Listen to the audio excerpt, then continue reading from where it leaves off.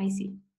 Voy a mostrarles primero el temario que hice, que yo creo que es algo súper bueno, sobre todo en procedimiento ejecutivo, que hay tanta materia, de manera que ustedes estudien procedimiento ejecutivo y a la hora de repasar, revisen el temario. O sea, revisen el temario y digan, ya, sí, esto lo sé, ya, esto también, sí, lo tengo claro, bacán, sigamos. Y ustedes destaquen las cosas que no tienen muy claras y estudien eso, ¿vale? Así que empecemos con eso, empecemos con el temario. Denme un segundito. Acá estamos. Hoy día lo que vamos a ver es lo siguiente. Vamos a empezar con las generalidades del procedimiento ejecutivo, o sea, el concepto, las características, las clasificaciones y la estructura del procedimiento ejecutivo. Ahí vamos a estudiar los cuadernos del cuaderno ejecutivo, los cuadernos del procedimiento ejecutivo, que suele ser también una pregunta súper frecuente. Entonces vamos a estudiar el cuaderno principal y el cuaderno de apremio, y qué cosas se tramitan en cada uno. Luego nos vamos a ir ya de lleno al procedimiento ejecutivo y las obligaciones de dar. Vamos a partir por los requisitos, que sabemos que es la existencia de un título ejecutivo, que la obligación esté líquida, que la obligación sea exigible y que la acción ejecutiva misma no se encuentre prescrita. Y a partir de esos requisitos vamos a estudiar hartas cosas, como por ejemplo el título ejecutivo, ¿cierto? El título ejecutivo ya es un mundo. Vamos a estudiar los títulos ejecutivos perfectos y los imperfectos, y cómo hacer que esos títulos ejecutivos imperfectos sean perfectos, luego en la gestión preparatoria. Luego vamos a ver la tramitación, cómo inicia, que puede iniciar por una demanda ejecutiva derechamente, o por una gestión preparatoria de la vía ejecutiva, que ahí vamos a estudiar cada una. Y luego vamos a ver qué sigue después de que yo lo inicio, ¿cierto? Que es el mandamiento de ejecución en embargo y el requerimiento de pago. Y vamos a estudiar eso y vamos a ver ahí algunos ejemplos también. Y luego vamos a estudiar las actitudes del ejecutado, la prueba en el juicio ejecutivo, la sentencia ejecutiva, y vamos a hacer una primera aproximación al embargo. Luego todo lo relativo al procedimiento ejecutivo y a las tercerías lo vamos a ver, al procedimiento de apremio, perdón, y a las tercerías lo vamos a ver en la próxima clase. Y vamos a tratar de meter también ahí el procedimiento ejecutivo de las obligaciones de hacer y no hacer, ¿ya? Bueno, dicho esto, acá tienen el temario, empecemos. Déjenme ubicar el PowerPoint, que acabo de terminar una interrogación hace poquito, así que no tenía las cosas abiertas, perdón, pero no me demoro nada en encontrarlo. Espero, lo voy a descargar de nuevo.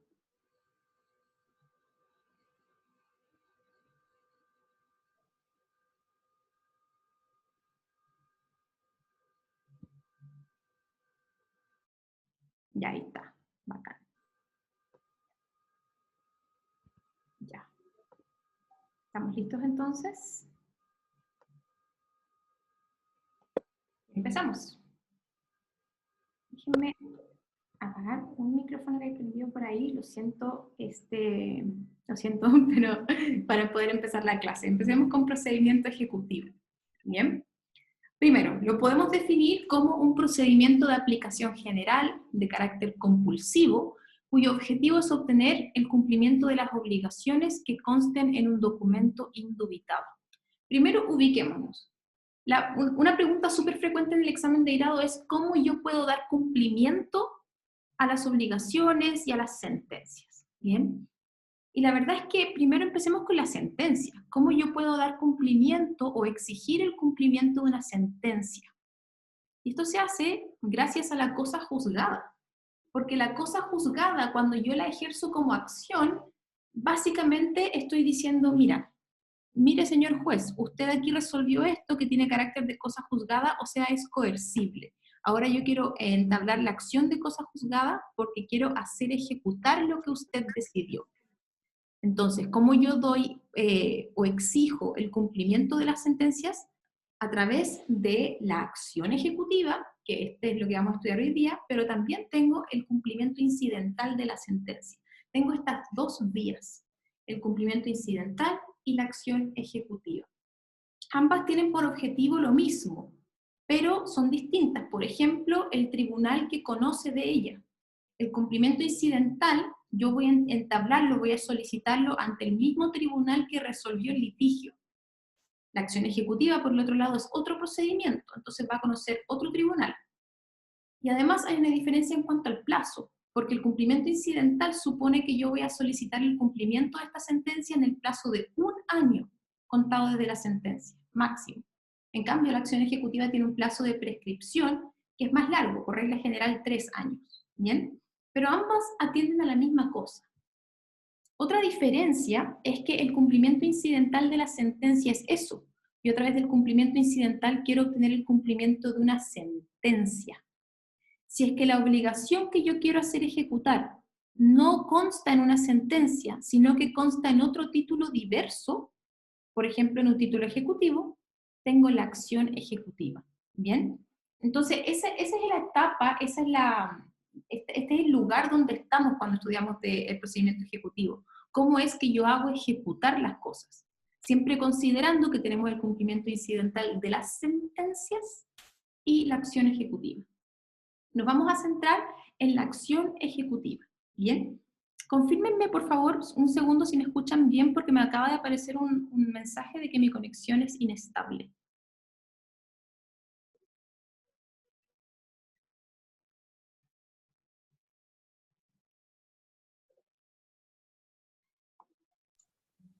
¿Aló?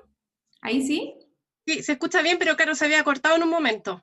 Ah, ya, bacán. Voy a repetir entonces la última idea, que el cumplimiento incidental de la sentencia lo tengo para hacer cumplir las sentencias y la acción ejecutiva la tengo para hacer cumplir sentencias o también otras obligaciones que consten en otra clase de documentos, ¿ya? Y en el estudio de hoy nos vamos a centrar en la acción ejecutiva, pero nunca se olviden del cumplimiento incidental. ¿Cuáles son las características del procedimiento ejecutivo? Primero, es un procedimiento de aplicación general, ¿bien? Entonces se va a aplicar de manera supletoria a otros juicios especiales. Además, no tiene como único objetivo el cumplimiento de las resoluciones judiciales. Esto es lo que yo les estaba anticipando, que a través de la acción ejecutiva yo no solamente busco el cumplimiento de una sentencia, también puede ser otra cosa, como una obligación que conste en un título ejecutivo. Además, es un procedimiento de apremio, porque está conducido a la realización de los bienes para cumplir con la obligación que consta en el título ejecutivo. Ese es el objetivo de él, ¿bien? Entonces, es una buena idea, considerando civil, ¿cierto? Es una buena idea relacionar el juicio ejecutivo con el derecho de prenda general. El juicio ejecutivo es la herramienta que yo tengo para hacer valer el derecho de prenda general, aquel que me permite obtener el cumplimiento de una obligación en todos los bienes del deudor. Y esta es la forma en que yo lo hago, con el juicio ejecutivo, de manera que yo busco realizar sus bienes para pagarme con su resultado. Otra característica es que se fundamenta en la existencia de una obligación indubitada. Ese es el fundamento del juicio ejecutivo. A mí se me permite perseguir a una persona, ejecutar a una persona, embargarle sus bienes y realizarlos porque existe una obligación que nadie pone en duda. Por eso se exige un título ejecutivo, porque tiene que ser una obligación indubitada. En este juicio se limitan los medios de defensa del ejecutado. Se limita su defensa. Primero porque se enumeran taxativamente las excepciones que puede oponer. Tiene un plazo breve, además, para oponerlas, y por regla general, si es que el ejecutado es condenado y él quiere apelar, se le puede, se va a conceder esa apelación en el solo efecto devolutivo, o sea que la ejecución, el apremio, se va a llevar a cabo de igual forma. Si es que el ejecutado no opone excepciones, y esto lo vamos a ver en su momento, no se preocupen si están como medios mareados, pero si en el caso en que el ejecutado no oponga excepciones, la tramitación del cuaderno principal termina en el mismo instante en que vence el plazo para que el ejecutado efectivamente oponga excepciones, ¿ya? Entonces, ¿cuál es el efecto aquí? Si es que el ejecutado no opone excepciones, entonces simplemente vamos a llevar a cabo el procedimiento de apremio. Nada que prueba, nada que nada. Si no opone excepción, entonces seguimos adelante con el embargo, ¿ya? Con respecto a su clasificación, el juicio ejecutivo se clasifica en juicio ejecutivo en las obligaciones de dar, de hacer y no hacer, ¿ya? Porque sabemos que los objetivos en cada una son distintos. Aquí vayamos a lo que sabemos de civil. En el cumplimiento forzado de las obligaciones de hacer, yo busco o que se conmine al deudor a realizar el hecho, o que se me autorice a mí como acreedora a hacerlo realizar por un tercero a expensas del deudor, o que derechamente se transforme en una obligación de indemnizar, que en ese caso el juicio ejecutivo de la obligación de hacer se transforma o se tramita según las reglas de la obligación de dar. Y también la obligación de no hacer, en el juicio ejecutivo de las obligaciones de no hacer, yo lo que busco, según el artículo 1555 del Código Civil, es que se destruya el hecho, si es que es necesario para el objeto del contrato y sea posible la destrucción, o que derechamente se me indemnice, que ahí pasa lo mismo. La indemnización es una obligación de dar, así que ahí tramitamos el juicio ejecutivo de la obligación de no hacer, según las reglas de las obligaciones de dar. Y por último, también teníamos esa opción en el cumplimiento forzado de las obligaciones de no hacer, que si el deudor tenía alguna idea acerca de cómo cumplir el objeto del contrato con un medio alternativo que no sea la destrucción de la cosa, será oído.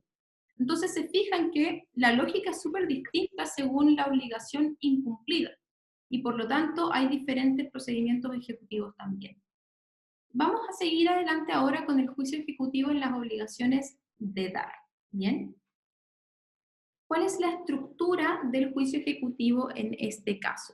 Tenemos el cuaderno principal y el cuaderno de apremio.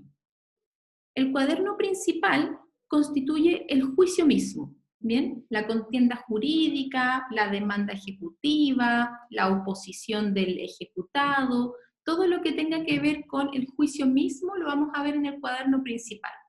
Y por otro lado tenemos el cuaderno de apremio, que aquí por el contrario se representa el carácter compulsivo de este procedimiento. Aquí encontramos el embargo, la realización de los bienes, el pago mismo, etc. ¿Bien? Eventualmente podrían existir también otros cuadernos, como el cuaderno de las tercerías y el cuaderno de los incidentes. Entonces, estas cosas se tramitan en cuadernos o en cuerdas separadas. Tenemos el cuaderno principal donde llevamos a cabo el juicio mismo y estos otros cuadernos que se encargan o del apremio, o de los incidentes, o de las tercerías. Aquí entonces podemos encontrar un resumen de lo que podemos encontrar en el cuaderno principal. La demanda ejecutiva, la oposición de excepciones, el traslado a las excepciones, los trámites relativos a la prueba, las observaciones a la prueba, la citación a la sentencia, ¿ya? En el cuaderno de apremio, como yo les decía, este cuaderno es el que se encarga del apremio mismo, de este carácter compulsivo de embargar los bienes, realizar los bienes y pagarle al acreedor con el resultado de esos bienes. Y en ese sentido, ¿cuál es la resolución que da inicio al cuaderno de apremio? Es el mandamiento de ejecución y embargo. Con eso se inicia el cuaderno de apremio. Y luego, todo lo tendiente a la realización misma de los bienes también está en este cuaderno, como el embargo, el retiro de las especies, el remate, la tasación, las bases del remate, que eso lo vamos a ver la próxima clase en el procedimiento de apremio. Estos son básicamente los dos cuadernos que juegan en el procedimiento ejecutivo. Pero insisto, pueden haber más, como el de las tercerías, el de los incidentes y también el que vamos a ver ahora, que es el cuaderno de la gestión preparatoria. ¿Ya? Vamos ahora a los requisitos del juicio ejecutivo en las obligaciones de dar. Sabemos que se requiere de un título ejecutivo donde se contenga esta obligación indubitada.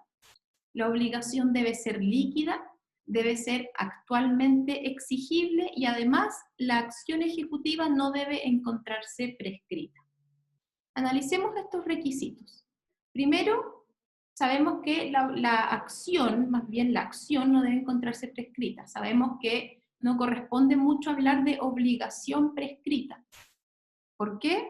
Porque si es que opera la prescripción extintiva en las obligaciones, sabemos que lo que prescribe es la acción para exigir su cumplimiento.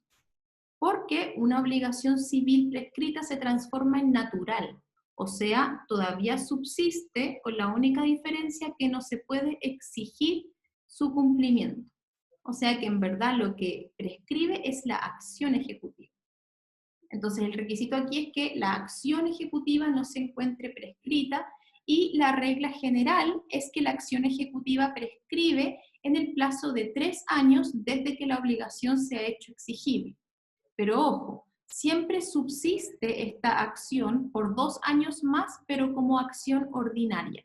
Entonces, si tenemos un título ejecutivo, tenemos 3 años para intentar la acción ejecutiva, y si se nos pasó el plazo de 3 años, tenemos estos 2 años, pero esta vez tenemos que recurrir al procedimiento ordinario.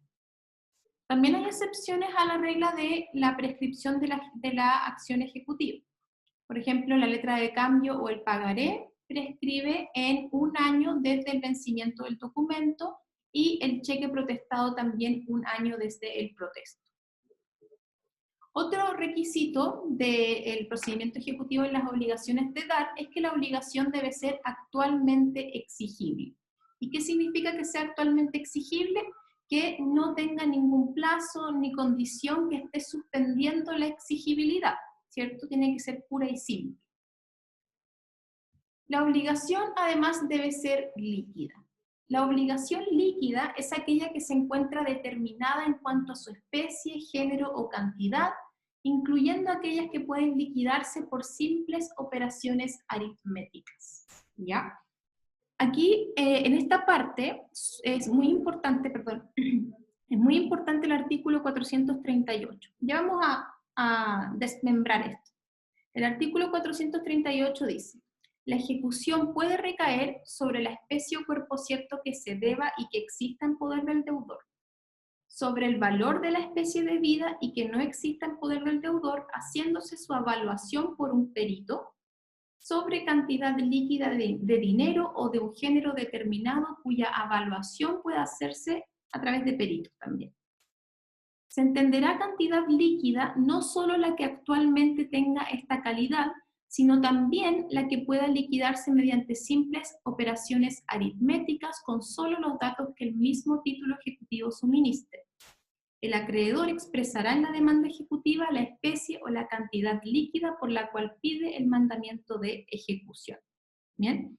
Entonces vamos a decir 2 cosas primero: que la obligación tiene que ser líquida o liquidable. Esto significa que líquida, que sepamos exactamente cuál es el valor de la obligación. Y liquidable significa que no sabemos cuál es exactamente, el contrato no dice cuál es exactamente el valor de la obligación, pero sí se establecen mecanismos en el propio documento que nos permiten determinar cuál es el monto exacto. ¿Bien? Por ejemplo, el 10% de algo, ¿verdad? Ahí me dan, en este mismo documento, me dan unos datos para yo poder hacer una operación matemática y saber exactamente cuánto es. Lo importante es que va a ser liquidable en la medida que sea el mismo documento el que me dé estas herramientas para yo poder liquidarla, ¿ya? Este artículo, ya dijimos esto lo primero, líquida o liquidable. Luego vamos a analizar los casos establecidos en este artículo, que los podemos resumir en estos. Hay obligaciones, según este artículo, que son líquidas en sí mismas, ¿cierto? Pero hay otras que no son líquidas, sino que hay que liquidar. ¿Cuáles son los casos que están aquí en este artículo? Tenemos el caso de la especie o cuerpo cierto que se debe y que el deudor la tiene, ¿ya? Tenemos también el valor de la especie debida y que el deudor no tiene, en cuyo caso se dice la evaluación tiene que hacerla un perito. Tenemos la cantidad líquida de dinero y también tenemos la cantidad de un género determinado cuya evaluación se tiene que hacer por un perito. Entonces aquí las que están marcadas en verde son obligaciones líquidas, que ya están líquidas. Y las marcadas en rojo son aquellas obligaciones que el código nos dice: estas no están líquidas todavía, así que hay que liquidarlas. ¿Y cómo se liquidan? Con la evaluación de un perito. Y eso se hace a través de una gestión preparatoria. ¿Ya? ¿Me siguen hasta ahora?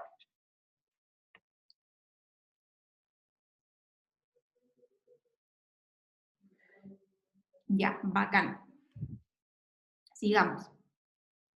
Y esto, por si acaso, vamos a volver sobre esto en la gestión preparatoria. Sigamos con los requisitos. Además, como último requisito, que en verdad es el primero, pero lo dejé al final porque es como el más largo, además la obligación debe constar en un título ejecutivo. Y título ejecutivo es el instrumento en el cual consta una obligación de dar, hacer o no hacer, actualmente exigible, ilíquida y no prescrita, al cual la ley le otorga el mérito ejecutivo. ¿Bien? Entonces, podemos definirlo incluso más corto. Es el instrumento en el cual consta la obligación y al cual la ley le atribuye el mérito ejecutivo. O sea, la ley ha dicho, este es un título ejecutivo. ¿Bien? ¿Y cuáles son sus características? Para que consideremos que un título es ejecutivo, tiene que estar establecido por la ley. El título ejecutivo es autónomo, o sea, se basta a sí mismo. Si yo tengo que acompañar otros instrumentos, entonces no es un título ejecutivo. El título ejecutivo debe ser perfecto, o sea que tiene que cumplir con todos los requisitos. Ya vamos a ver cuáles son los perfectos e imperfectos. Y además, obviamente, el título ejecutivo constituye un presupuesto para iniciar el juicio ejecutivo, porque ese es el fundamento del juicio ejecutivo, ¿cierto? Que existe una obligación indubitada que nadie pone en duda y por eso a mí se me permite ir y embargarle los bienes a alguien, ¿ya? Vamos a esto de la clasificación de los títulos ejecutivos. En cuanto a si permiten iniciar de inmediato o no la ejecución, podemos hablar de títulos perfectos e imperfectos. En cuanto a su origen, podemos hablar de judiciales o convencionales. Judiciales sería, por ejemplo, la sentencia definitiva de condena, ¿cierto? Aquella que condena al demandado a dar, hacer o no hacer algo a favor del acreedor.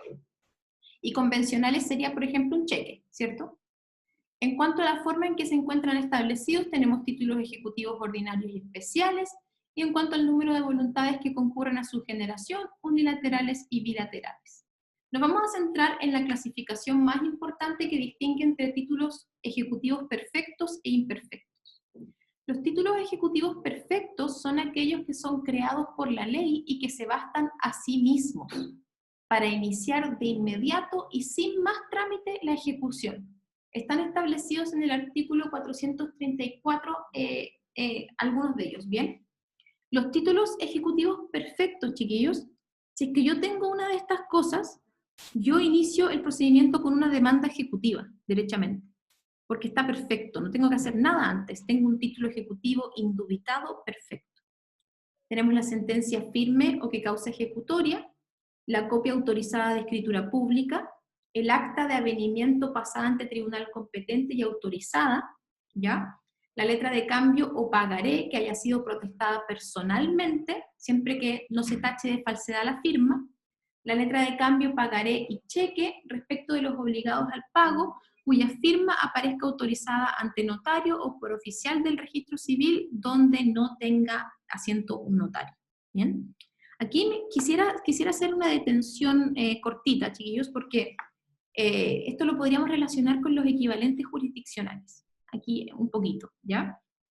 Sabíamos cuando estudiábamos procesal al principio que existen equivalentes jurisdiccionales, o sea, ciertas cosas que sin necesidad de una sentencia tienen mérito ejecutivo y producen cosas juzgadas. Y hablábamos de la transacción y del avenimiento.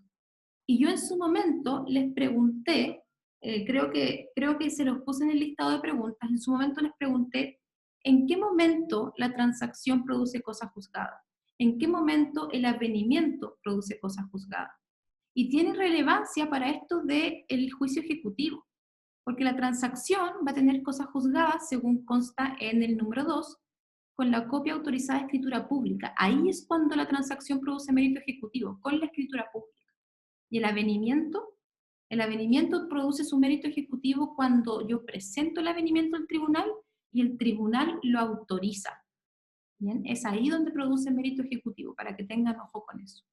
Entonces, de este listado, todos estos me autorizan a mí para proceder según el procedimiento ejecutivo de inmediato, sin más trámite. Pero sabemos que también existen los títulos ejecutivos imperfectos, o sea, aquellos que establece el legislador, pero respecto de los cuales tengo que hacer ciertas gestiones antes para proceder según el procedimiento ejecutivo. Y estas gestiones son la gestión preparatoria de la vía ejecutiva. ¿Bien? Entonces, lo que se dice es que en el título ejecutivo imperfecto hay un germen de título ejecutivo, que yo tengo que complementar o perfeccionar con una gestión preparatoria. Sin ella, no puedo proceder según las reglas del procedimiento ejecutivo. Con ella, se perfecciona el título ejecutivo y yo puedo proceder ahora a la demanda ejecutiva. ¿Ya? Entonces, mucho ojo con eso. Más adelante vamos a ver que yo puedo iniciar el procedimiento ejecutivo con la demanda ejecutiva o con la gestión preparatoria de la vía ejecutiva. Yo voy a irme derechamente a la demanda ejecutiva si es que tengo un título ejecutivo perfecto. Si es que tengo uno imperfecto, voy a perfeccionarlo primero con una gestión preparatoria de la vía ejecutiva y cuando esté perfecto voy a irme e interponer la demanda ejecutiva. ¿Bien? Vamos ahora a esto, a la tramitación. Como les acabo de decir, el juicio ejecutivo puede iniciar con esta gestión preparatoria de la vía ejecutiva o con la demanda ejecutiva derechamente si es que tengo un título perfecto o uno imperfecto. Estudiemos la gestión preparatoria de la vía ejecutiva. Se define como aquella gestión judicial contenciosa tendiente a crear un título ejecutivo, ya sea en forma directa construyendo el título mismo o complementando ciertos antecedentes o supliendo ciertas imperfecciones del título imperfecto.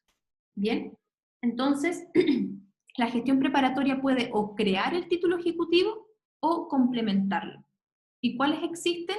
El reconocimiento de firma puesta en instrumento privado, la confesión de deuda, la confrontación de títulos y de cupones, la notificación de protesto de letras de cambio, pagarés o cheques, la avaluación, la notificación del título ejecutivo a los herederos. ¿Bien? Ojo con la número 4, que como que algo estábamos hablando de esto antes, la avaluación. Sabíamos que si la deuda no estaba líquida, que es un requisito del juicio ejecutivo, la deuda tiene que estar líquida. Si es que no estaba líquida, teníamos que liquidarla. ¿Y cómo se hace eso? Con la avaluación. ¿Ya? Vamos a ver estas gestiones preparatorias ahora. Empecemos con el reconocimiento de firma puesto en instrumento privado y la confesión de deuda. Para empezar, aquí estamos hablando de dos gestiones que son distintas. Una cosa es el reconocimiento de firma y otra cosa es la confesión de deuda. Pero las estudiamos en conjunto porque tienen casi la misma tramitación. Entonces, por eso las estudiamos juntas, ¿bien?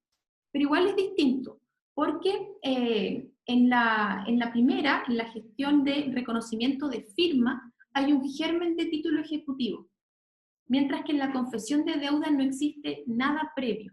¿Se acuerdan que la gestión preparatoria, lo que vimos recién? La gestión preparatoria puede crear un título ejecutivo o complementarlo.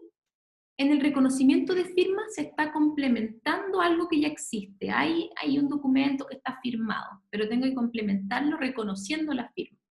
La confesión de deuda, por el otro lado, no hay nada, ¿vale? Solamente tengo que citarlo a confesar deuda para que se cree este título ejecutivo. ¿Ya?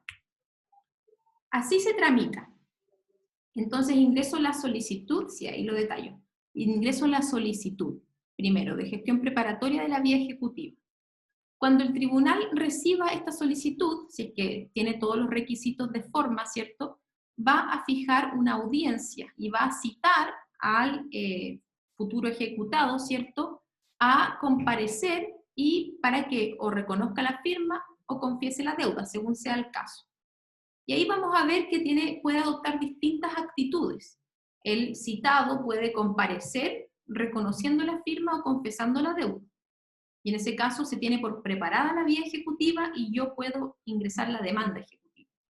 También puede comparecer dando respuestas evasivas, en cuyo caso podría operar un apercibimiento de tenerlo por confeso o tener por reconocida su firma, que ya lo vamos a ver de inmediato.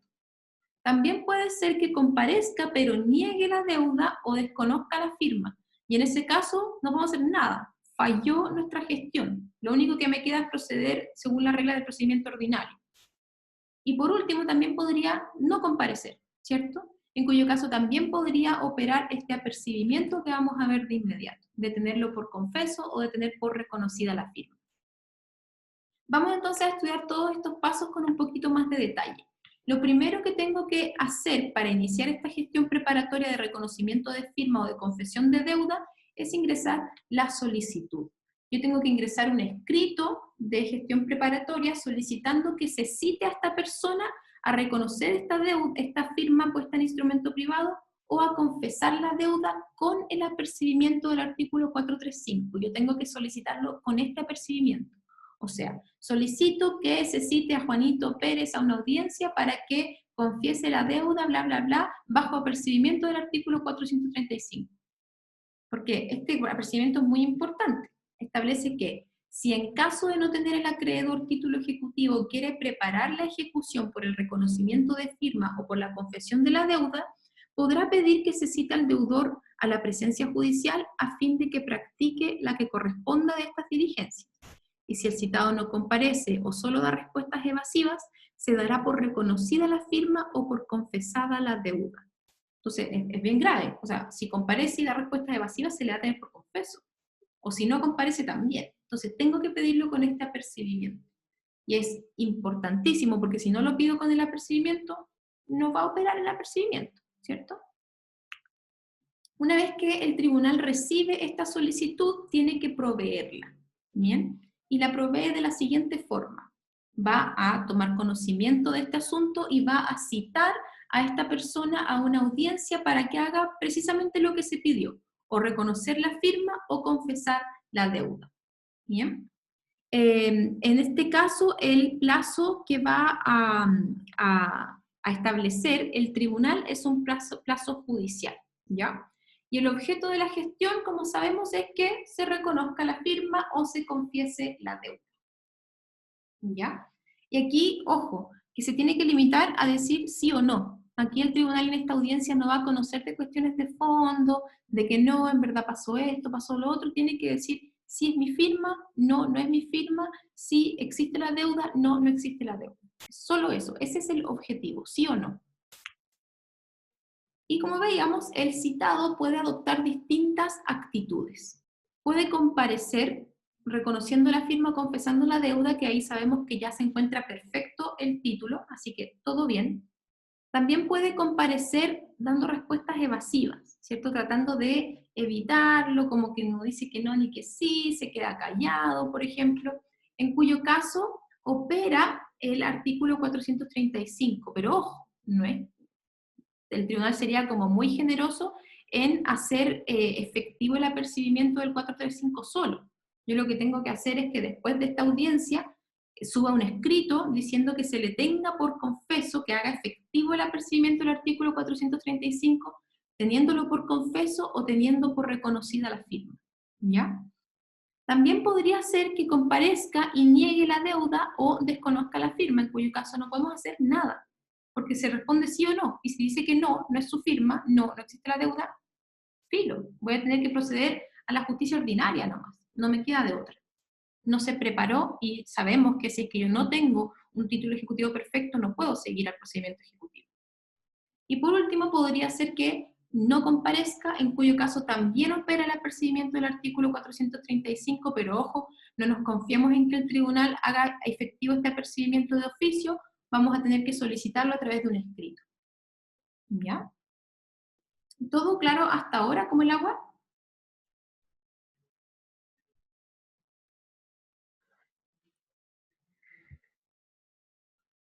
Ya, bacán. Gracias, María. Vamos a otra gestión preparatoria ahora, que es la notificación judicial, la notificación de protesto de letras de cambio, pagarés o cheques. ¿Bien? Que esta, no sé por qué le pasó a la diapositiva, pero esta supone que yo voy a tener que notificar, si es que a mí me llegan a protestar alguna letra de cambio, un pagaré, un cheque, que significa que yo voy a cobrar la verdad y esto me rebota, por ejemplo, un protesto de cheque por falta de fondos, por ejemplo, yo tengo que notificar esto a través de un notario público. Solamente que lo hago así, una vez que lo hago así, yo podría proceder según la vía ejecutiva, ¿vale? Y con respecto a la confrontación de títulos y cupones, estos son aquellos que son emitidos por ciertas instituciones que normalmente son bancarias, ¿vale? Entonces, ¿qué supone esto? Que la institución bancaria o la institución financiera va a tener un libro de cupones, ¿vale? Donde, por ejemplo, me va a dar, ellos tienen, no sé, una boletita así, ¿cierto?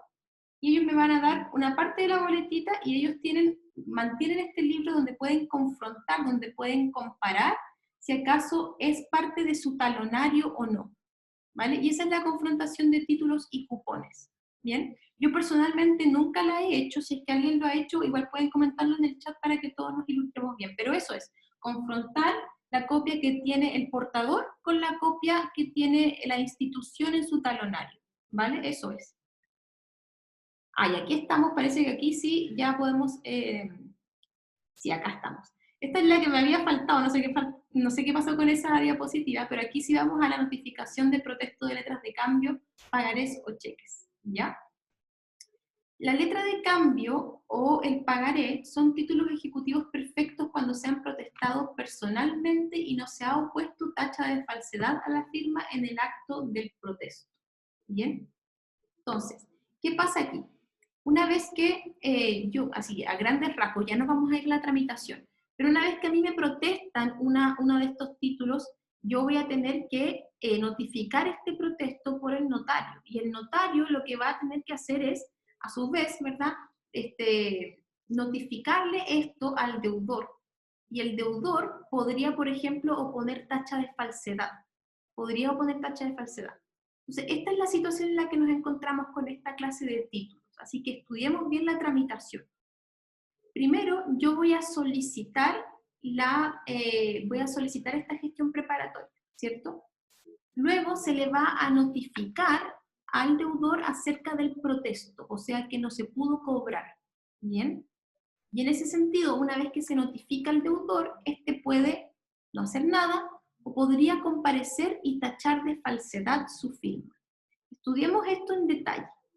Lo primero entonces que yo voy a hacer es solicitar al tribunal competente que se notifique judicialmente acerca del protesto al deudor, ¿cierto? Con el apercibimiento de que él va a tener un plazo de 3 días para tachar de falsedad su firma, de manera que si no lo hace en este plazo de 3 días, se le va a tener por no tachada, en cuyo caso se prepara la vía ejecutiva, ¿vale? Luego de eso, de que yo solicito esto, el tribunal lo va a proveer notificando de esa manera a la persona del deudor. Y el notificado, en ese sentido, puede tomar diversas actitudes. Puede no hacer nada durante el plazo, ¿cierto? No hacer nada, o puede comparecer y tachar de falsedad su firma. Y eso es básicamente lo que el tribunal le dice que puede hacer, porque una vez que nosotros solicitamos esta gestión preparatoria, el tribunal le va a notificar al deudor que, ¿verdad?, se protestó algún cheque, alguna letra de cambio y que tiene 3 días para comparecer a tachar de falsedad su firma. Entonces, en ese sentido, es bien claro lo que puede hacer. Puede no hacer nada o puede hacer lo que le dice el tribunal, que es que comparezca a tachar de falsedad si es que quiere. ¿Bien? Entonces, ¿qué pasa si es que no hace nada? Una vez que pasa el plazo de 3 días, vamos a tener que presentar un segundo escrito al tribunal solicitando que el secretario certifique que el deudor no ha opuesto tacha de falsedad. Una vez que tenemos ese certificado, estamos por preparada la vía ejecutiva. ¿Bien? Pero sabemos que también, y esto lo más probable es que esto es lo que va a pasar, es que comparezca y tache de falsedad la firma en el plazo. Y en ese sentido, obviamente tenemos dos oportunidades en que lo puede hacer. Lo puede hacer en el acto mismo de la notificación al receptor judicial, ¿cierto? O por escrito en el plazo de 3 días desde que se le notifica. ¿Bien? ¿Qué pasa si se tacha de falsedad su firma? ¿Qué pasa aquí? Sabemos que lo puede hacer en este plazo de 3 días o en el acto mismo de la notificación, pero ¿qué pasa si es que tacha de falsedad la firma? En este caso se le va a dar traslado al ejecutante, entonces vamos a dar inicio a un incidente. Se abre un incidente si es que se tacha de falsedad la firma. Y en ese sentido lo más probable es que en este incidente se admite el incidente a prueba y tengamos que rendir prueba que normalmente vamos a hacer un peritaje caligráfico, ¿ya? La resolución que falla este incidente va a ser apelable, ¿ok? Si es que el tribunal resuelve, una vez que ya conoce del incidente de que se tachó de falsedad la firma, el tribunal puede acoger, ¿verdad?, en ese caso que estaba falsificada la firma, por ejemplo. Y en ese caso, fracasa la gestión preparatoria, no hay nada que podamos hacer. En cambio, si es que durante la tramitación incidental se verifica la autenticidad de la firma, el tribunal declara la autenticidad de la firma y tenemos un título ejecutivo, ¿ya? Entonces, veamos aquí el cuadrito para ver cuándo tenemos un título ejecutivo.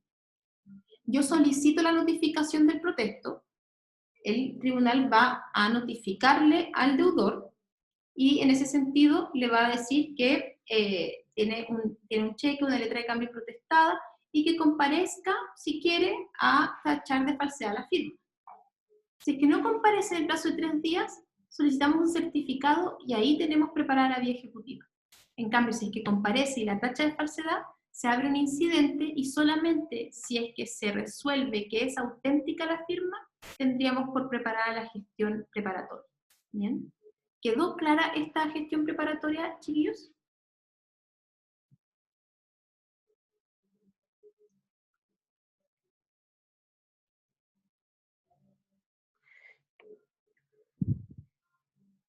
Ya, gracias, chicas. ¿Ese certificado se pide vía electrónica? Sí. Este certificado se pide vía electrónica, ¿vale? Se pide a través de un escrito, entonces solicito que se certifique por el secretario del tribunal de este hecho. ¿Ok? Ya. Vamos ahora a otra gestión preparatoria que adelantamos en algún momento, que es la evaluación. Ya. Ay, espera, creo que hay alguna duda. María Francisca, entonces queda listo si no comparece y si ganamos el incidente, exactamente, muy buena forma de resumirlo. Queda listo el título ejecutivo si es que no comparece y así se certifica por el secretario, o si es que ganamos el incidente, si es que lo ganamos. En esas dos situaciones. Y ojo que ahí queda lista la gestión preparatoria. Yo igual tengo que después irme a la demanda ejecutiva propiamente tal.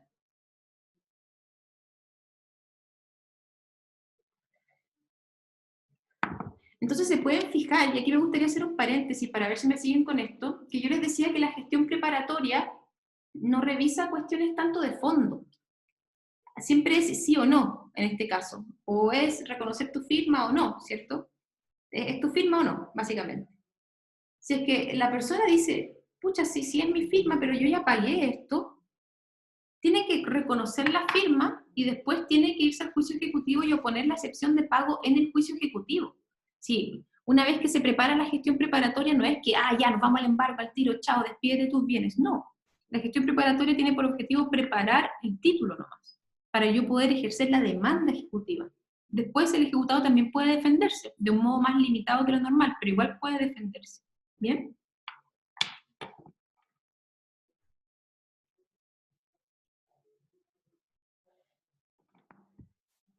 Ya. Vamos ahora entonces a la evaluación, que es otra gestión preparatoria. Aquí entonces, recordar diapositiva número 14. Vámonos a la diapositiva número 14. Que es, no es la 14, es la 13, por si acaso, es la 13.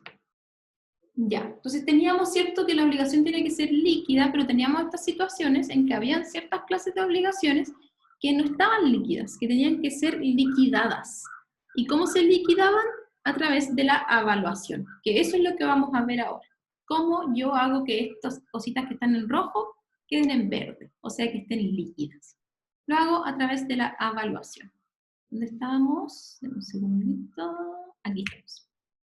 Entonces, es necesario, según lo que vimos en la diapositiva número 13, que tengamos esta gestión preparatoria de evaluación cuando la especie o cuerpo cierto no está evaluada y no se encuentra en poder del deudor, o cuando hablamos de la cantidad de un género determinado, según el artículo 438. ¿Cómo se tramita esta gestión preparatoria?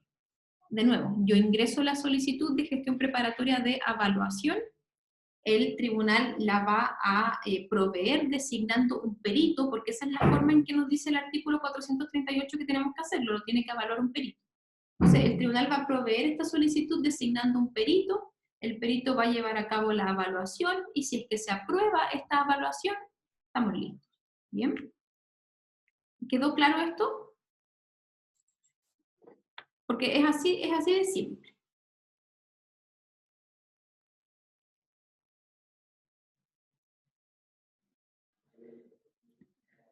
Natalie, Mari, ¿podrías dar un ejemplo? Sí, por supuesto. Si lo que yo digo es, por ejemplo, que a mí se me debían, por ejemplo, digamos que a mí se me debían 10, yo así mi ejemplo siempre campestre, a mí se me debían 7 caballos, ¿vale? 7 caballos de una raza determinada. En el contrato nunca establecimos un precio. Se firmó por escritura pública y todo lo que quieran, pero nunca establecimos un precio. Entonces tenemos que evaluarlo. Y sabemos que tenemos que evaluarlo porque la obligación tiene que estar líquida. El tribunal, para poder seguir según el procedimiento ejecutivo, tiene que saber exactamente cuánta plata es. Entonces, la escritura pública dice, se le deben 7 caballos de tal raza a esta persona, pero no hay precio. Lo que tengo que hacer entonces es la evaluación. Yo voy a solicitar entonces primero, para empezar, la gestión preparatoria de evaluación de esta obligación que consta en este título, acompaño la escritura pública, etc. El tribunal la va a proveer designando un perito, que literalmente es así, designo un perito, designo a tal persona, a Juanito Pérez, que sea un perito. Y Juanito Pérez, que conoce del tema, va a evaluar esto, diciendo, mira, cada caballo de esta raza, lo normal es que cueste esto, así que como son 7, esto es lo que cuesta.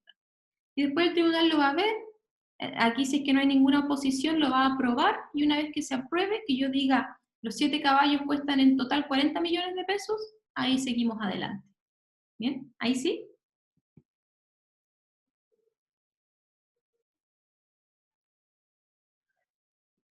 Ya, acá. Vamos entonces ahora seguimos con la tramitación. Lo que estábamos estudiando ahora era la gestión preparatoria, o sea, yo cómo puedo perfeccionar un título imperfecto. Vamos ahora a la demanda ejecutiva. Que la demanda ejecutiva yo la puedo intentar derechamente, de entrada, si es que tengo un título perfecto, o después de la gestión preparatoria, si es que el título era imperfecto. ¿Cuáles son los requisitos de la demanda ejecutiva? Primero tenemos los requisitos comunes a todo escrito, que son la existencia de una suma y la constitución del patrocinio y poder. ¿Bien? O más bien, la constitución de patrocinio, ¿ya? Luego tenemos los requisitos comunes a toda demanda, que son los requisitos del artículo 254. Sabemos que es la designación del tribunal, la individualización del ejecutante en este caso, y del ejecutado, aunque no hablamos tanto de demandante-demandado, hablamos de ejecutante y ejecutado, la relación de los hechos, la relación también de los argumentos de derecho y las peticiones concretas. Y luego tenemos también que acreditar los requisitos del juicio ejecutivo de la obligación de dar. O sea, tengo que acreditar que existe un título ejecutivo, que la obligación es líquida, que la obligación es actualmente exigible y que la acción ejecutiva no se encuentra prescrita. ¿Bien? Una vez que interponemos la demanda, ¿qué pasa después? Cada vez que ustedes le pregunten tramitación de algo, les están preguntando ya, ¿qué hago primero? ¿Qué pasa después? ¿Y qué pasa después? ¿Bien? Así que eso es lo que estamos ahora. Interponemos la demanda ejecutiva con los requisitos del artículo 254, comunes a todo escrito, y requisitos del juicio ejecutivo de la obligación de dar. ¿Qué pasa después? Bueno, el tribunal provee la demanda, ¿cierto? Y puede pasar que no dé curso a la demanda o que sí le dé curso a la demanda. No le va a dar curso a la demanda si es que no se cumple con los requisitos que vimos en la diapositiva anterior. Y le va a dar curso a la demanda si es que sí cumple con los requisitos, ¿cierto? Y en ese caso, la resolución que emite, la providencia que emite, es la que ordena despachar el mandamiento de ejecución y embargo. La resolución se llama despáchese. No es el mandamiento de ejecución y embargo propiamente tal, es un despáchese. ¿Y qué es el despáchese? Es una autoorden que se da al tribunal, es medio esquizofrénica la cuestión, pero es una autoorden que se da al tribunal para que dicte otra resolución, que es el mandamiento de ejecución y embargo, que es la primera actuación del cuaderno de apremio y con la que se efectúa el requerimiento de pago. Entonces, ¿qué es lo que pasa? Se dice, despáchese, y el tribunal dice, ay, tengo que despachar el mandamiento de ejecución y embargo. Entonces, son resoluciones distintas. Ojo ahí. Entonces, ven, aquí tenemos entonces una foto de cómo se ve. Aquí yo presentamos una demanda ejecutiva, y el tribunal resuelve a lo principal, o sea, a la demanda ejecutiva, despáchese. Se ordena a sí mismo despachar el mandamiento de ejecución y embargo. ¿Y cuál es el mandamiento de ejecución y embargo? Parece que hay una duda por ahí. Ya tenía pregunta. ¿Este sería un decreto vinculado con el tipo de resolución entonces? De todas maneras, este es un decreto, el despáchese, sí, porque tiene por objetivo dar curso progresivo a los autos, así es. Entonces, el despáchese es esta autoorden donde el tribunal se dice a sí mismo, oye, despacha el mandamiento de ejecución y embargo. ¿Y qué es el mandamiento de ejecución y embargo? Es esta resolución que contiene las siguientes cuestiones. Tiene menciones esenciales y menciones de la naturaleza. Menciones esenciales son aquellas que no pueden faltar y menciones de la naturaleza son aquellas que puede poner. ¿Bien? Las menciones esenciales son las siguientes: el requerimiento de pago, el embargo y la designación de un depositario provisional. El requerimiento de pago es la orden de requerir de pago al deudor por el capital, por el interés y por las costas. También tiene esta orden de embargar los bienes del deudor en una cantidad suficiente para cubrir la deuda con todos los intereses y con las costas si es que no paga en el acto del requerimiento, y la designación de un depositario provisional. Entonces, ¿qué menciones contiene el mandamiento de ejecución y embargo? Contiene el requerimiento de pago, que significa que el receptor va a requerir de pago al ejecutado. O sea, le va a decir, mira, tú debes 1 millón y tanto, así que o págalo ahora o voy a tener que embargarte los bienes.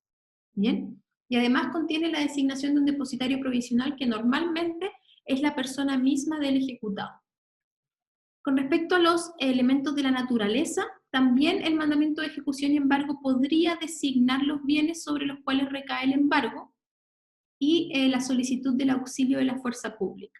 Eso de la fuerza pública no se pone muchas veces, ¿vale? Lo más normal es que tenga las menciones esenciales, que el receptor después vaya a tratar de trabar embargo, pero que no lo dejan, y ahí yo tengo que solicitar el auxilio de la fuerza pública. ¿Bien? Entonces el mandamiento de ejecución y embargo se va a ver más o menos así.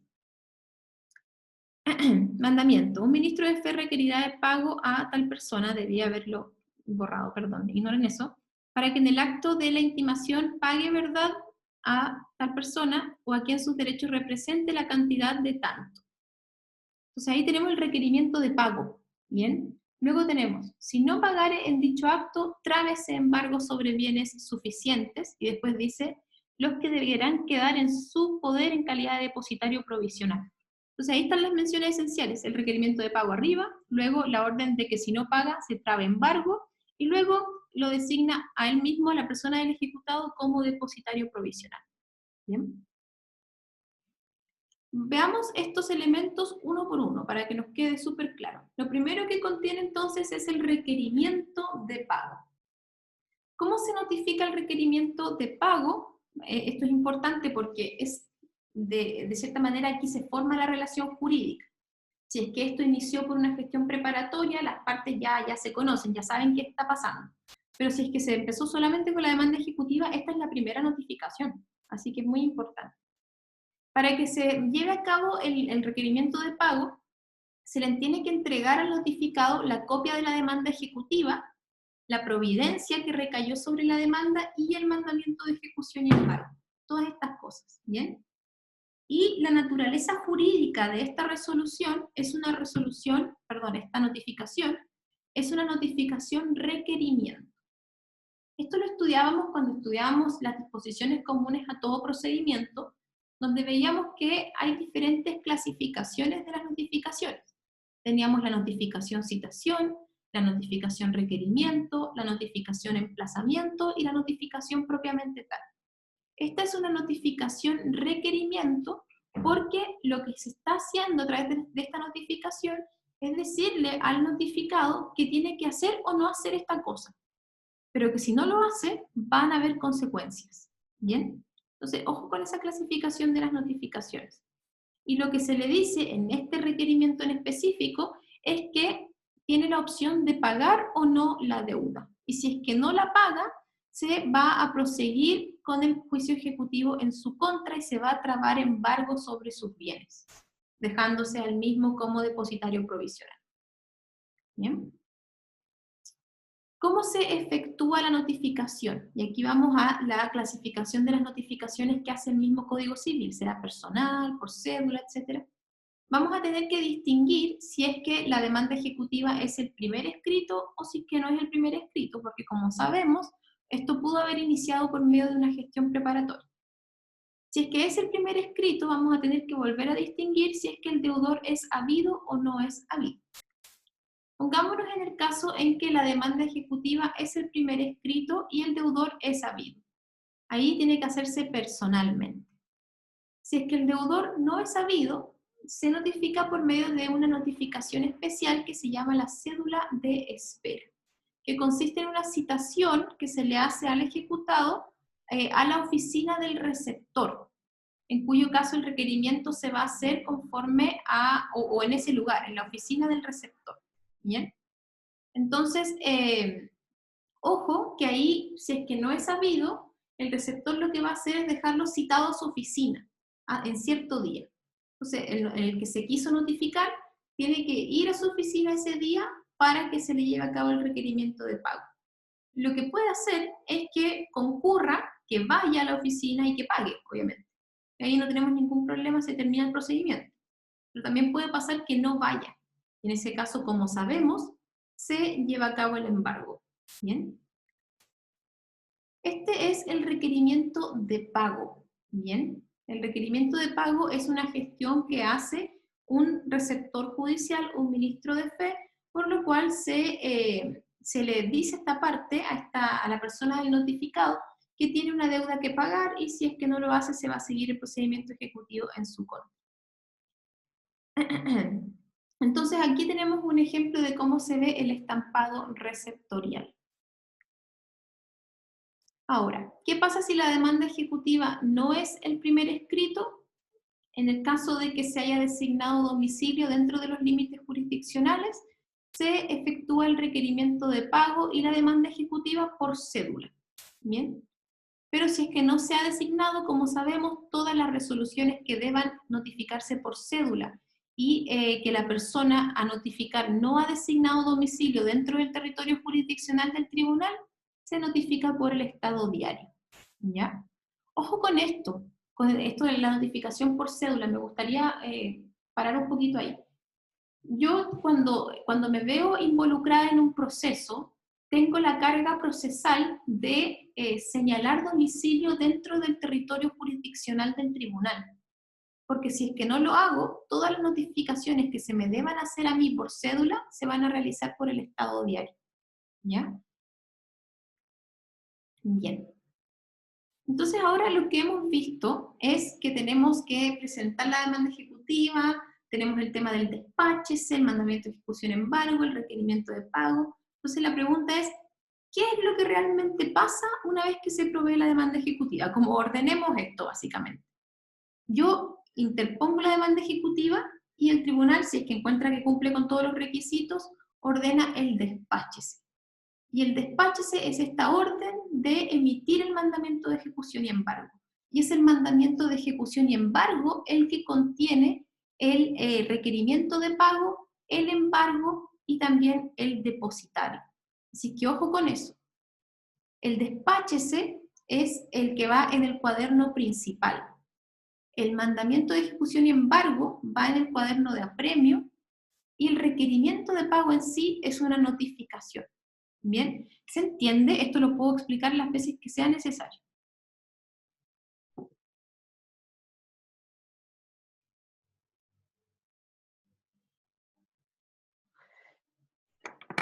Porque si se fijan, esto es lo siguiente. Esto es lo siguiente, chiquillos, porque tenemos el cuaderno principal, donde yo presenté la demanda ejecutiva. El tribunal va a recibir la demanda y va a decir despáchese. El despáchese va en el cuaderno principal.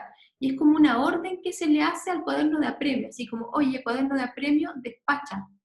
Y es el cuaderno de apremio, con su primera resolución, el que despacha el mandamiento de ejecución y embargo. ¿Bien?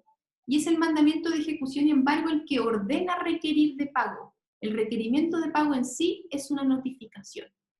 ¿Bien? Bien, bien. Bacán. Sigamos. ¿Qué actitudes puede tomar el ejecutado frente al requerimiento? O sea, frente a la notificación, esta suerte de emplazamiento que tiene. Puede pagar o puede no pagar. Tiene estas dos opciones. Si es que paga en el acto del requerimiento de pago, entonces el juicio ejecutivo se termina, ¿cierto? Pero también puede ser que no pague. en cuyo caso se sigue adelante con lo que nos dice el mandamiento de ejecución y embargo.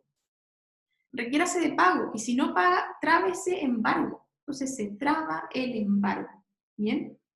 Y es a partir de este momento donde el ejecutado puede oponer sus defensas. Entonces, ¿qué es lo que pasa si es que no paga? Hacemos lo que el mandamiento de ejecución y embargo nos dice, se traba el embargo. Pero la traba del embargo que se hace en el procedimiento de apremio queda suspendida, queda congeladita ahí. Porque desde este momento seguimos con la tramitación en el cuaderno principal, donde ya el ejecutado puede oponer excepciones, se puede rendir prueba, y solo cuando en el cuaderno principal exista la sentencia ejecutiva, volvemos al cuaderno de apremio y seguimos adelante con el procedimiento de apremio. ¿Bien? ¿Quedó claro esto?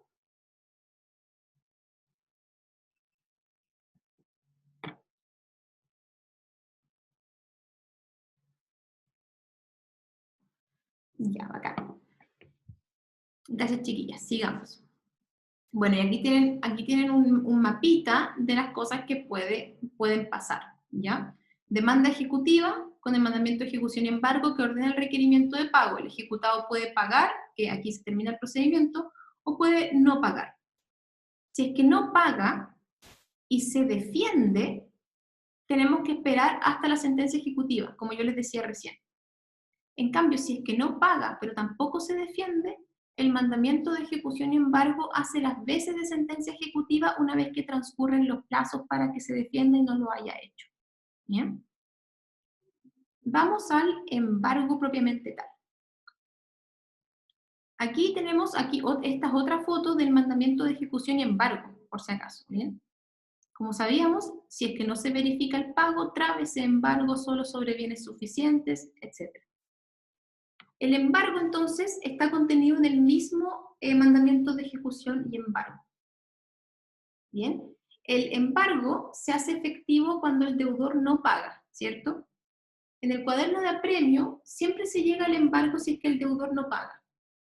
Pero esto queda suspendido, de cierta forma, porque tenemos que esperar a ver si es que el demandado, el ejecutado, se opone, se defiende.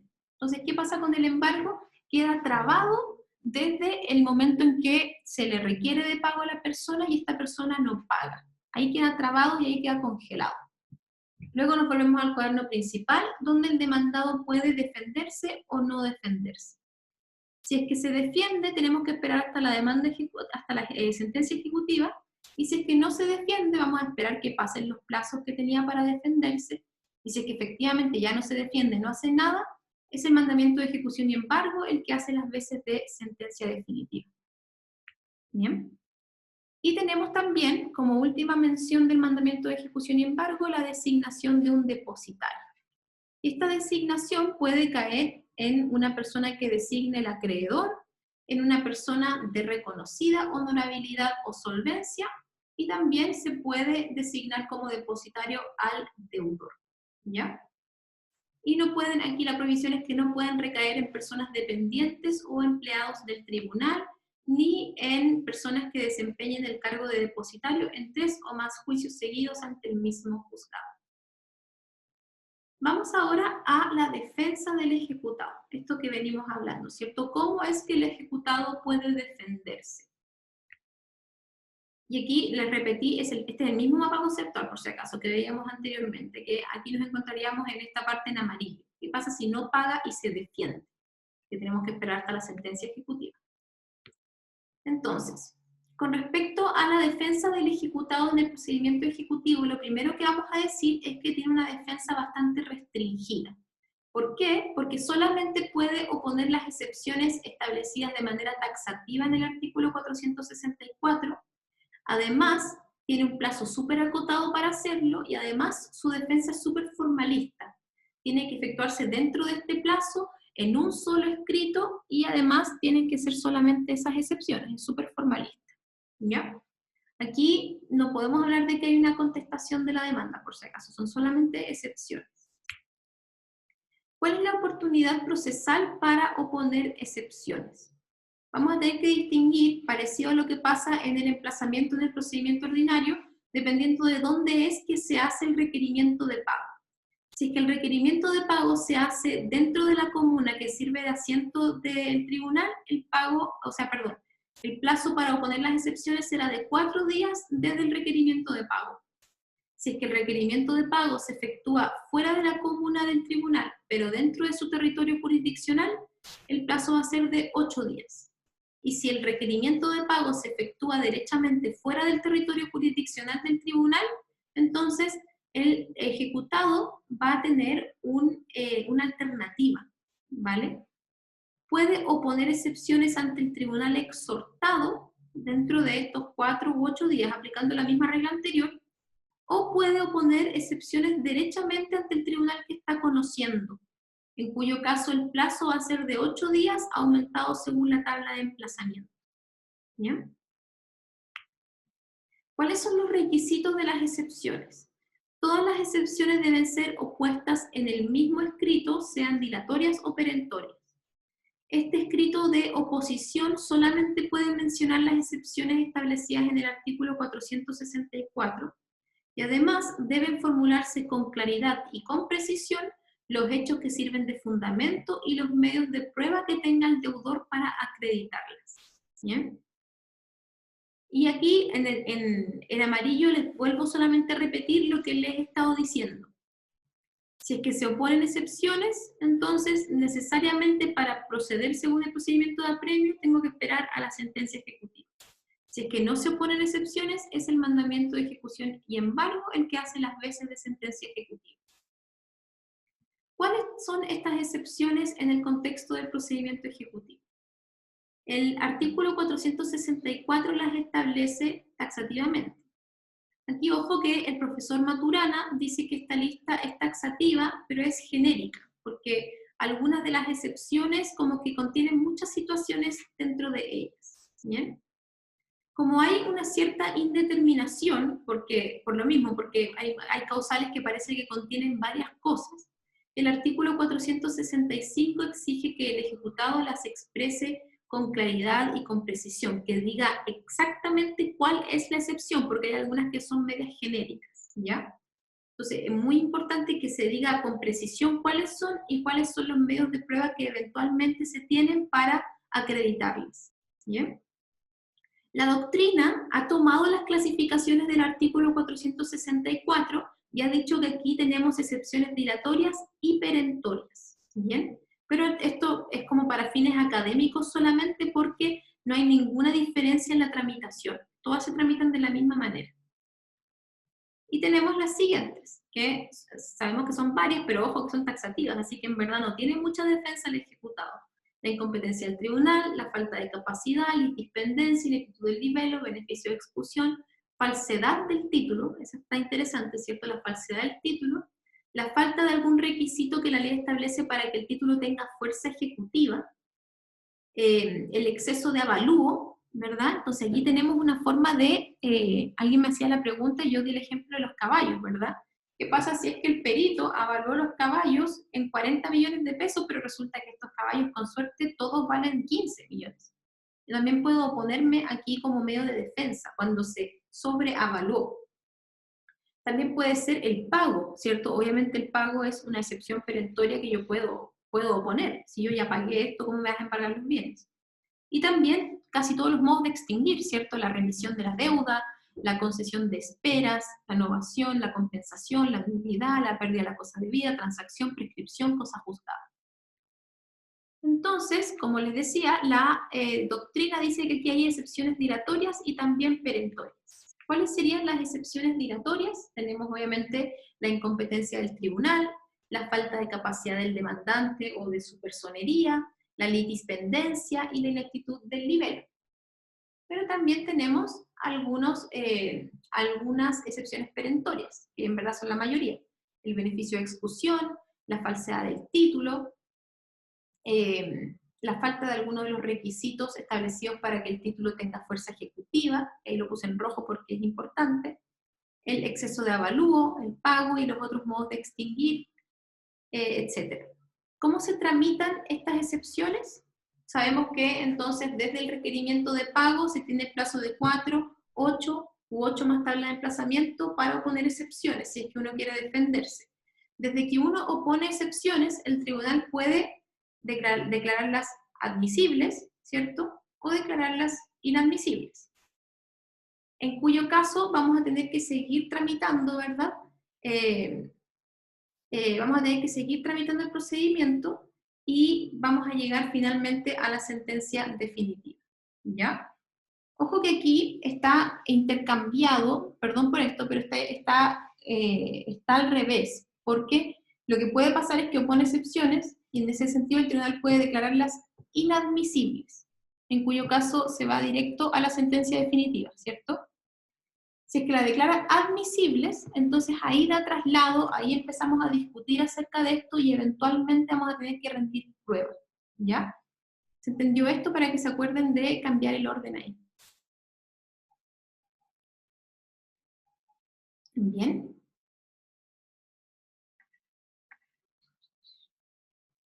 Valeria aquí hace una muy buena pregunta de por qué se dice que el beneficio de exclusión es una excepción dilatoria en el juicio ordinario y aquí sería una excepción perentoria.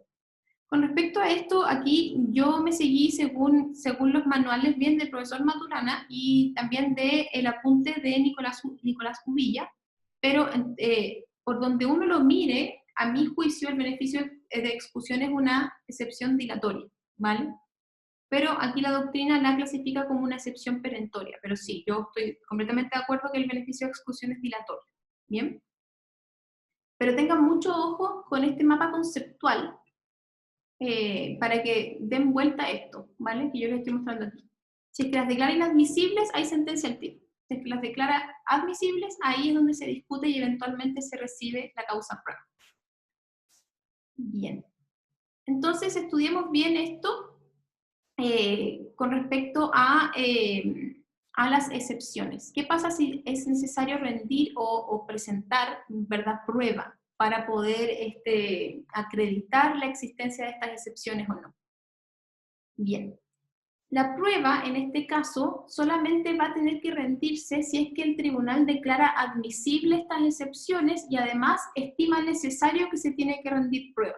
Porque en muchos casos ni siquiera va a ser necesario. O sea, por ejemplo, si es que se opone la excepción de pago y acompaño algún antecedente, no sé, pantallazo de la transferencia electrónica o algún certificado del banco, por ejemplo, y lo acompañé, ¿verdad?, en el escrito mismo de las excepciones, a lo mejor no va a necesitar que se rinda prueba.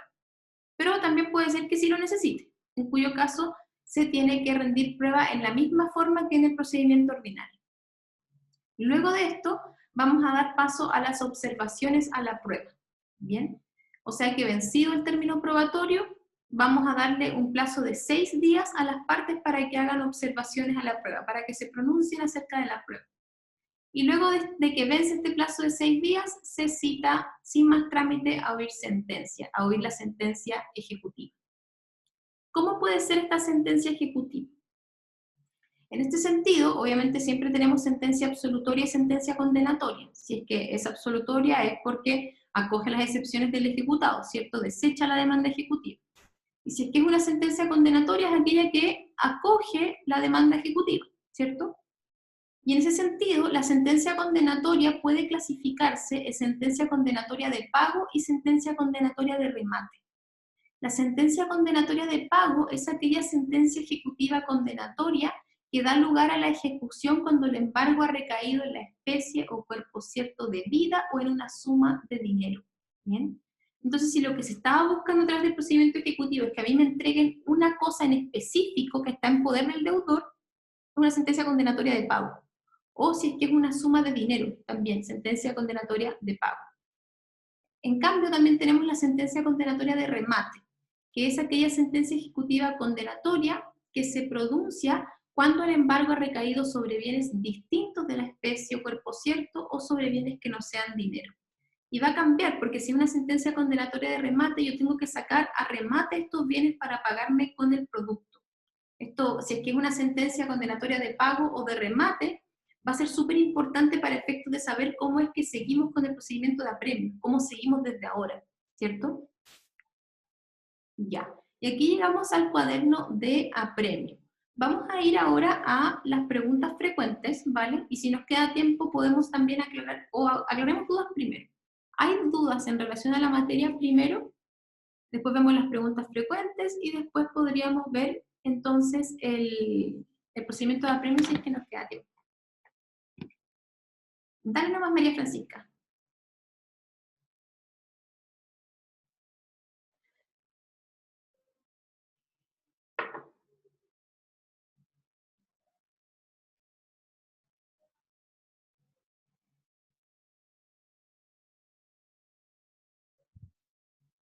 María Francisca pregunta, cuando es sentencia de pago de dinero, ¿se refiere a la cuenta corriente? Podría ser que se haya trabado embargo sobre la cuenta corriente o sobre algún crédito. Bien, entonces veamos de nuevo primero esta subclasificación. Sentencia condenatoria de pago es aquella sentencia ejecutiva que da lugar a la ejecución cuando el embargo ha recaído en la especie o cuerpo cierto o en una suma determinada de dinero. Entonces supone que el embargo mismo se embargó dinero, o se embargó la cuenta corriente, o se embargó la especie que se debe. Ahí filo, vamos al pago y chao, ¿cierto? En cambio, si es que lo que se embargó, lo que se trabó embargo es, no sé, el computador, la lavadora, etcétera, ahí vamos a tener que tener una sentencia condenatoria de remate, o sea, tengo que sacar a remate estas cosas y pagarse con el producto.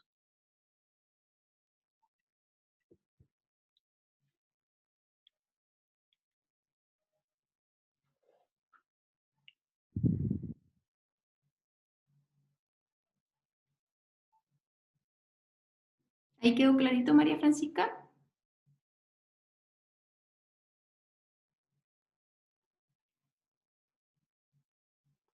Ya, bacán.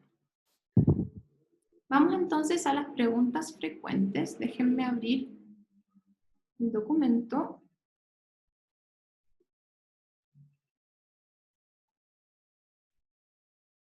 Ya. Entonces, como primera pregunta tenemos una genérica, ¿verdad? ¿Qué es el procedimiento ejecutivo y cuáles son sus características? ¿Ya? Que esta es una pregunta genérica, concepto y características, que tenemos que saber muy bien. En algunos cedularios, de hecho, se estudian los procedimientos especiales desde un punto de vista súper genérico, y esto sí o sí hay que saberlo, siempre. El concepto y las características. ¿Cómo se clasifica el procedimiento ejecutivo? Sabemos que tenemos el procedimiento ejecutivo en las obligaciones de dar, de hacer y de no hacer. 3. ¿Qué es la reserva de acciones en el procedimiento ejecutivo? Esto es importante y aquí me quería referir a esto a propósito de la pregunta porque es como difícil meterlo como en la materia. Lo que pasa es que yo cuando ejerzo la demanda ejecutiva tengo la oportunidad, y esto se relaciona con la pregunta número 4, tengo la oportunidad de desistirme de la demanda ejecutiva, pero reservar mis acciones. ¿Qué significa esto? Que yo puedo, se produce el efecto del desistimiento, o sea que si es que me lo acogen, se produce cosa juzgada respecto a la acción ejecutiva, pero me reservo mi derecho a dirigirme en contra de esta persona por la misma causa en un procedimiento ordinario, ¿ya? Entonces yo tengo la oportunidad de desistirme del juicio ejecutivo para irme al juicio ordinario, ¿ya? Y es súper interesante porque el desistimiento, como sabemos, produce cosa juzgada cuando se acepta, ¿cierto? Porque si es que se acoge el desistimiento, yo pierdo mi derecho a ejercer esta demanda de nuevo. Esa es la regla generalísima. Sin embargo, el desistimiento en el juicio ejecutivo, cuando se hace con reserva de acciones, es distinto y es súper interesante, porque de cierta manera produce cosa juzgada formal y material. Produce cosa juzgada material en el contexto del procedimiento ejecutivo. O sea, yo no voy a poder ejercer la acción ejecutiva ni en este juicio ni en otro juicio diverso. Pero respecto a la cosa juzgada formal, produce cosa juzgada, o sea, respecto a la cosa juzgada formal, eso es lo que produce en el juicio ordinario. Porque yo puedo volver a dirigirme por esta misma razón y contra esta misma persona en el procedimiento ordinario. ¿Bien? Esa es la reserva de acciones en el procedimiento ejecutivo. Valeria nos pregunta, ¿por qué alguien podría preferir irse por la vía ordinaria?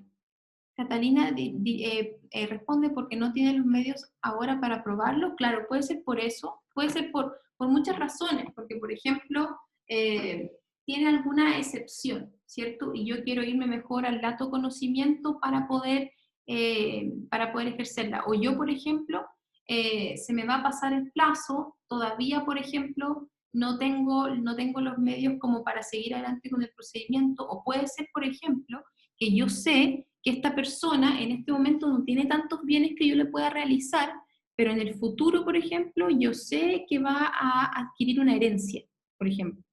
Que, no sé, falleció un familiar y esta herencia, por ejemplo, todavía no se hace la posesión efectiva, etcétera. Entonces yo mejor me voy a esperar. Me voy a esperar y me voy a ir al procedimiento ordinario para cuando esta persona tenga más bienes. Entonces ahí también podría hacerlo. Esa es la reserva de acciones del procedimiento ejecutivo y es una materia súper interesante y muy preguntable. Es como una pregunta difícil igual, pero es súper interesante porque se produce esta cosa juzgada formal y material. Material con respecto al juicio ejecutivo, formal con respecto al juicio ordinario. Y es también una excepción a este efecto que tiene el desistimiento por regla general. ¿Quedó claro esto de la reserva de acciones? Y esto está súper reciente, lo estudié ayer, jurisprudencia del 2020.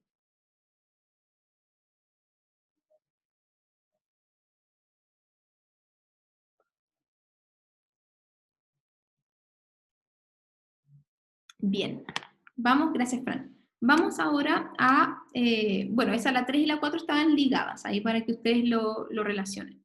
La 5, ¿qué clase de notificación es el requerimiento de pago? Sabemos que las notificaciones, según lo que estudiábamos en disposiciones comunes, admiten dos clases de clasificaciones, vale la redundancia. Primero tenemos esta clasificación doctrinaria que distingue entre notificación citación, notificación requerimiento, notificación emplazamiento y notificación propiamente tal. Y luego tenemos la clasificación de las notificaciones que hace el Código de Procedimiento Civil en cuanto a su forma: notificación personal, subsidiaria personal, por cédula, por estado diario, etc. En ese sentido, el requerimiento de pago, con esta primera clasificación, es una notificación requerimiento, porque es el acto por el cual el receptor o receptora judicial le hace saber a esta persona que tiene dos opciones, y si es que toma una decisión o la otra van a haber consecuencias. Y desde el punto de vista de la clasificación que hace el Código de Procedimiento Civil, vamos a ver que si es que es la primera gestión y esta persona es habida, va a ser una notificación personal. Si es que no es habida, va a ser esta notificación especial, que es la notificación de esperas o cédula de espera, según la cual se le cita a esta persona a la oficina del receptor. Y si es que no es la primera gestión, entonces se hace por cédula o por el estado diario, dependiendo si es que se indicó domicilio dentro de los límites del territorio jurisdiccional o no. Bien. ¿Qué es el mandamiento de ejecución y embargo y cuál es su contenido? El mandamiento de ejecución y embargo, entonces, aquí respondiendo a ambas preguntas, es aquella resolución a través de la cual el tribunal ordena a un ministro de fe a requerir de pago al ejecutado, y en caso de que éste no pague, que se trabe embargo sobre bienes suficientes para cubrir la deuda capital, los intereses y las costas, y además que se designe a un depositario provisional de los bienes. ¿Qué es un título ejecutivo imperfecto? Es aquel que no reúne los requisitos, entonces, para ser un título ejecutivo perfecto, que me habilita a mí para seguir según las reglas del procedimiento ejecutivo. Y con respecto a esto, del título ejecutivo imperfecto, sabemos que se tiene que perfeccionar mediante una gestión preparatoria de la vía ejecutiva. ¿Bien? Catalina Vasconcelos pregunta, ¿sería una sentencia interlocutoria entonces el mandamiento de ejecución y embargo? Está más o menos discutido, claro, sería una sentencia interlocutoria en la medida en que sirve de base para el posterior pronunciamiento de una sentencia, ¿cierto? También vamos a tener que distinguir, porque sabemos que el mandamiento de ejecución y embargo, si es que no se deduce oposición del ejecutado y este tampoco paga, hace las veces de sentencia definitiva también. ¿Bien? Entonces vamos a tener que ver ahí qué pasa. Vamos a tener que distinguir. ¿Ya? ¿En cuál iba? La 8. ¿Qué gestiones preparatorias conoce? Ahí son las que vimos de nada acá. Las que vimos que serían entonces la la notificación judicial del protesto, tenemos también entonces la confrontación de títulos y cupones, y todas las que vimos, ¿ya? ¿Cómo se obtiene el cumplimiento de las sentencias? Esa es una clásica pregunta, chiquillos, la 9. ¿Cómo se obtiene el cumplimiento de las sentencias? ¿O qué es la acción de cosa juzgada? Y es lo que yo hablaba muy al principio. La forma en que yo tengo para ejecutar las sentencias, las resoluciones judiciales, es, por un lado, el cumplimiento incidental de la sentencia y también la acción ejecutiva. Tengo esas dos vías. Y ahí yo les aconsejo hacer un paralelo entre el cumplimiento incidental y la acción ejecutiva por si acaso. Entonces ahí le voy a poner, espérenme, déjenme anotarlo. Ah, no, si ahí, aquí la tengo en la 11, en la 10. ¿Cuáles son las diferencias entre el cumplimiento incidental y la acción ejecutiva? Bueno, primera diferencia es que el cumplimiento incidental, a través de este, yo solamente puedo obtener el cumplimiento o la ejecución de una sentencia. En cambio, la acción ejecutiva me permite a mí a obtener el cumplimiento de una sentencia, porque es un título ejecutivo, ¿cierto? O de una escritura pública, o de un avenimiento autorizado por el tribunal, o de cualquier otro título ejecutivo perfecto. Entonces, la acción ejecutiva es mucho más amplia, me permite obtener el cumplimiento de cualquier obligación indubitada. Otra diferencia es el tribunal que conoce de la causa. El cumplimiento incidental va a ser conocido por el mismo tribunal que dictó la sentencia, mientras que la acción ejecutiva se conoce en un procedimiento diverso. Y otra diferencia es también el plazo. El plazo que yo tengo para solicitar el cumplimiento incidental es de 1 año desde la sentencia definitiva, y la acción ejecutiva es en el plazo de 3 años contados desde que la obligación se ha hecho exigible. 11. ¿Por qué se dice que está restringida la defensa del ejecutado? Es lo que veíamos. El ejecutado tiene un plazo súper corto para defenderse. Además, es una defensa súper formalista. Tiene que oponer todas las excepciones en un mismo escrito y decirlas todas ahí. No tiene otra oportunidad para hacerlo. Y además, las excepciones que puede oponer son taxativas. 12. ¿Qué cuadernos operan en el procedimiento ejecutivo y cuál es el objetivo de cada uno? Bueno, sabemos que tenemos por regla general o generalmente el cuaderno principal y el cuaderno de apremio. Ojo que también podemos tener un cuaderno de las tercerías, el cuaderno también de los incidentes y el cuaderno de la gestión preparatoria si es que hubo una. Y el cuaderno principal es el que pretende llevar adelante el procedimiento mismo. Empieza con la interposición de la demanda ejecutiva, luego viene el despáchese, luego tenemos, ¿verdad?, la oposición del ejecutado si es que hay, el traslado, la prueba si es que se rindió prueba y la sentencia ejecutiva. Mientras que el cuaderno de apremio es aquel que tiene por objetivo el procedimiento de apremio propiamente tal, o sea, empieza con el mandamiento de ejecución y embargo, esa es la primera resolución, y termina, ¿verdad?, con todo esto del embargo, la realización de los bienes, el remate, las bases para el remate, etc. 13. ¿Qué actitudes puede tomar el ejecutado frente al requerimiento de pago? Sabemos que puede no hacer nada, ¿verdad?, no pagar y no hacer nada, en cuyo caso se esperan estos 4 u 8 días o 8 días más tabla de emplazamiento que tenía para defenderse, y si es que no se defiende, el mandamiento de ejecución y embargo hace las veces de sentencia ejecutiva, y pues vamos a seguir adelante con el embargo. También puede ser que pague, ¿cierto?, que ahí termina todo. Pero también puede ser que no pague, pero se defienda, en cuyo caso llevamos adelante este cuaderno principal, ¿cierto?, con las excepciones, la prueba, y tiene que culminar con la sentencia ejecutiva. Ahí eso se reafirma con la número 14. ¿Qué pasa si el ejecutado no presenta oposición? Entonces se espera el plazo, y si es que no presenta oposición en el plazo, el mandamiento de ejecución y embargo hace las veces de sentencia ejecutiva.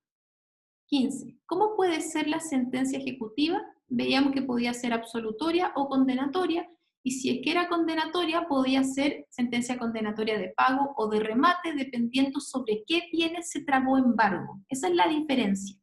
Va a ser una sentencia de pago o sentencia de remate, dependiendo sobre qué clase de bienes se trabó embargo. Bien. ¿En qué? Espérenme. Ya, ¿en qué momento se ordena el embargo? 16. ¿En qué momento se ordena el embargo? Esa es como una pregunta media tramposa, porque uno piensa, bueno, cuando hay sentencia, ¿cierto? Pero en verdad no. veíamos que el embargo se ordena al tiro, con el mandamiento de ejecución y embargo. De hecho, al tiro se traba el embargo y como que queda ahí suspendido, esperando a ver qué pasa en el cuerno principal. Pero el embargo se ordena del mandamiento de ejecución y embargo. ¿En qué momento se perfecciona el embargo? Con la traba del embargo, ¿cierto? Cuando el receptor va a hacer el requerimiento de pago y en el caso en que no pague esta persona, se traba el embargo sobre los bienes. ¿En qué caso puedo embargar? Espérenme, aquí está mal, cuidado. Aquí está, ahí. Esta pregunta entonces está para ligarla con objeto ilícito, ¿bien? ¿En qué caso puedo enajenar bienes embargados por decreto judicial? Sabemos que una vez que se traba el embargo, estos bienes quedan embargados, ¿cierto? Eso significa que, y ojo, mucho ojo, esto lo vamos a ver más en la próxima clase en el procedimiento de apremio, pero que un bien embargado, que un bien esté embargado no significa que se lo quitaron a la persona, significa que se trabó el embargo. Una vez que se hace el retiro de las especies, ahí es cuando se quitan las cosas, por si acaso. Entonces, que esté embargado, normalmente todavía está en poder del deudor. Entonces, ¿en qué caso puedo enajenar bienes embargados por decreto judicial? Sabemos que una vez que se traba el embargo, estamos en la hipótesis del artículo 1464 del Código Civil, o sea que está prohibida su enajenación. Sin embargo, este mismo artículo nos dice que yo podría enajenar bienes embargados por decreto judicial en caso de que el juez lo autorice o el acreedor lo autorice. Entonces, si es que hay autorización por una de estas dos personas, yo podría también enajenar estos bienes. ¿Cuáles son los requisitos de la demanda ejecutiva en la 19? Requisitos comunes a todo escrito, requisitos comunes a toda demanda y los requisitos de la obligación del juicio ejecutivo y las obligaciones de dar. Título ejecutivo, que la obligación sea actualmente exigible, que esté líquida y que la acción ejecutiva no se encuentre prescrita. Y aquí 20, ¿cuáles son las formas en que puede iniciarse un procedimiento ejecutivo? Sabemos que tenemos la demanda ejecutiva derechamente o la gestión preparatoria de la vía ejecutiva. Bien, esto es lo que vamos a ver hasta hoy, o sea, hasta aquí vamos a ver hoy. La próxima clase vamos a terminar procedimiento ejecutivo partiendo con el procedimiento de apremio y estudiando también las tercerías, ¿bien? Y vamos a terminar con esto, pero por ahora me siento me sentiría muy cómoda si es que se entiende bien el tema de cómo es que opera el cuaderno de apremio, cuándo es que se abre el cuaderno de apremio, qué pasa con el cuaderno principal. Eso estudienlo bien, entiéndanlo bien, háganse un dibujito y les juro que no se les va a olvidar, ¿vale? Eso, no sé si hay alguna otra duda.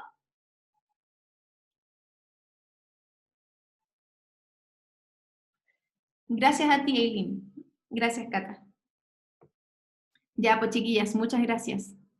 Si es que les gustó, háganme alguna historia y alguna mención, ustedes saben, en redes sociales. Ya que estén muy bien. Voy a subir entonces la clase y se las voy a mandar para que la vean las veces que sea necesario. Un besito, muchas gracias por la confianza y nos vemos pronto.